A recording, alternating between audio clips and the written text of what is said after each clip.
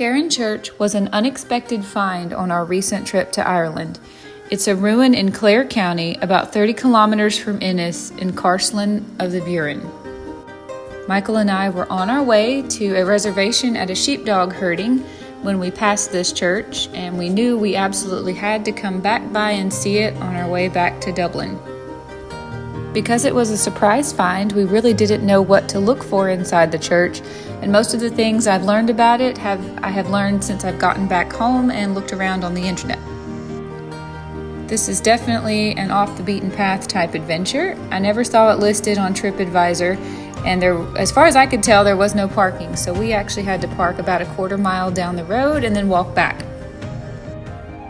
The original church built on this site is from the 13th century, but what is left today is most likely from the 15th century, as evidenced by some architectural features, including a broken belfry at the top of the south end, a pointed doorway, and two windows, one of which is pointed and the other which is broken.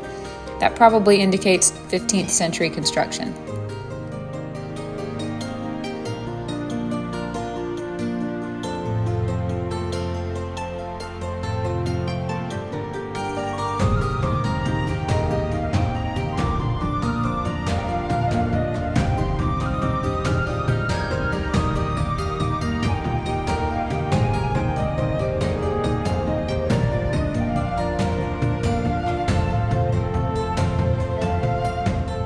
One thing I found out after the fact is an unusual feature of this church. I had to look up how to pronounce it. It's called matriculation. And what's odd about this church is it seems to have had a second floor at some point, which was for the priest to live and actually hide in. And it was fortified in case the church was under attack or anyone was trying to rob it. He could protect himself from being up on this second floor. Perhaps one of the reasons the parish priest felt the need to protect himself was that at one point this church was the largest Catholic parish in the county of Clare, so it certainly had a lot of money coming through. These types of steps are really easy to miss because you have to almost be right in front of them to see them. We actually did not think there was a way into this church except for the iron gate, which was locked, but if you look around just a little bit harder in Ireland, sometimes you will find these little steps cut into the wall, and they just invite you to climb on over and explore.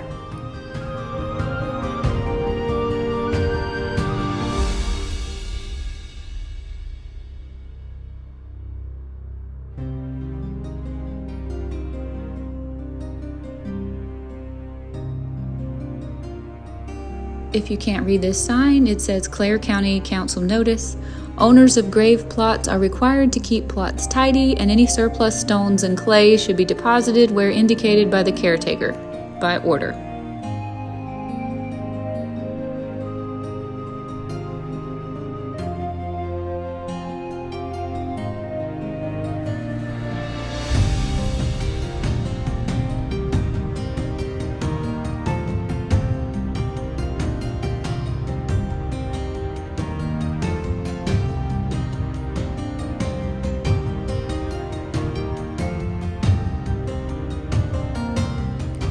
I was having fun walking around in this field trying to get some really pretty footage of this church until I realized I was stumbling, so I apologize for the shaky footage, but it seems that there are some maybe unmarked graves out here in this field because the land was so uneven and I kept kind of stumbling in these little holes. So I quickly darted on out of that because I don't want to be walking on top of graves, and just decided to go inside. So enjoy it while it lasts, and sorry for the shakiness.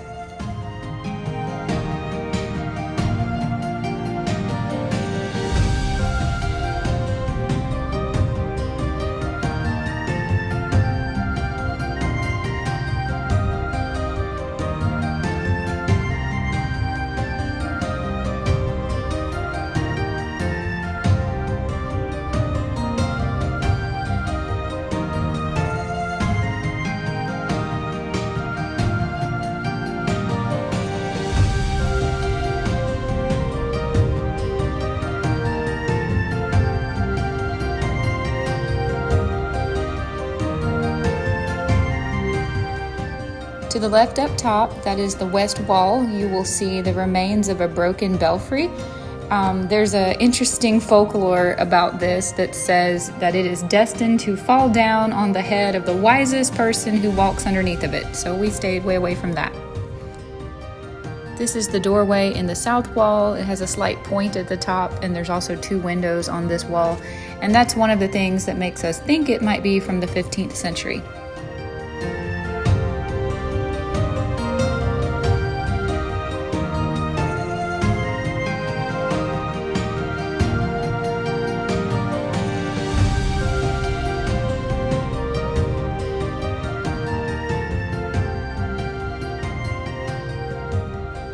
The east wall here has another interesting feature. It's a pointed window which is broad on the inside and narrow on the outside, typical of 15th century construction.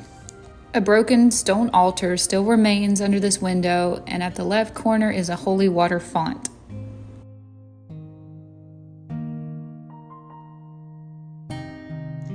In the top right corner of the south wall, you may be able to see one of the supports left over from having a second floor in this church. I've seen pictures of this church online where they had let it completely get overgrown with ivy. I'm glad to see that they've cleaned it up a little bit, but I did think the fact that there's such pretty green grass and all these flowers inside and the floor of the church was just a really neat thing. Just beautiful to see. It's such a peaceful final resting place for these people.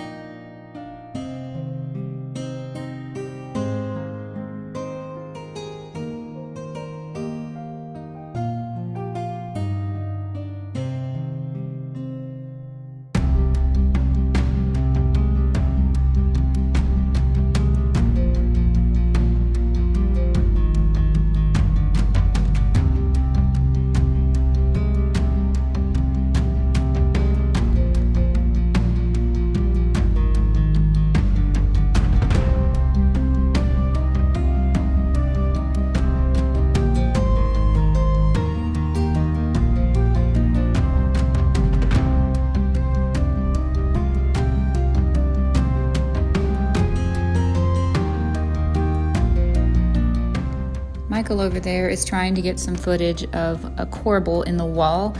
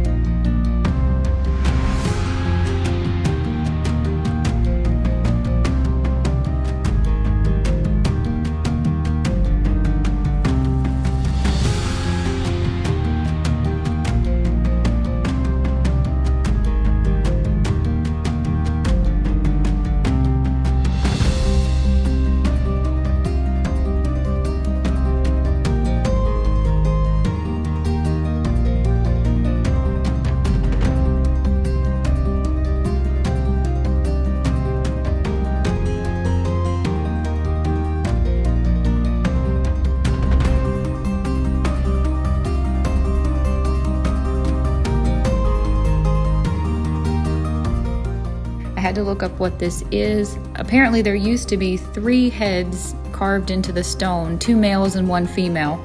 Although I had heard online there might have been animals at one point also. Only one of the heads still remains. The other 2 were removed in the 1970s, and I think this is the male. He wears some kind of a hood or a helmet, and the carving is probably from the 14th or the 15th century. This is one of those splendid windows in the south wall.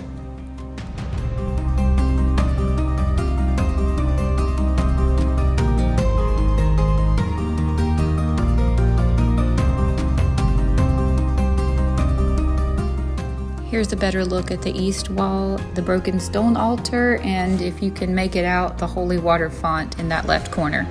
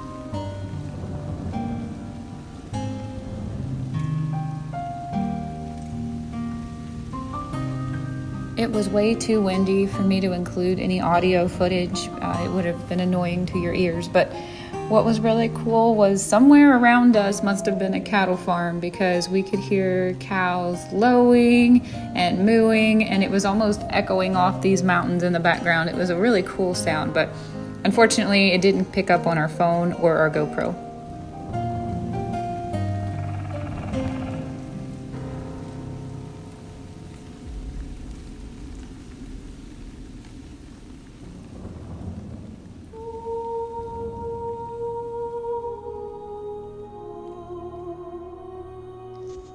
I think what you're seeing here is remains of what supported the second floor for the priest, that fortified floor, which is probably the most unusual original feature of this church.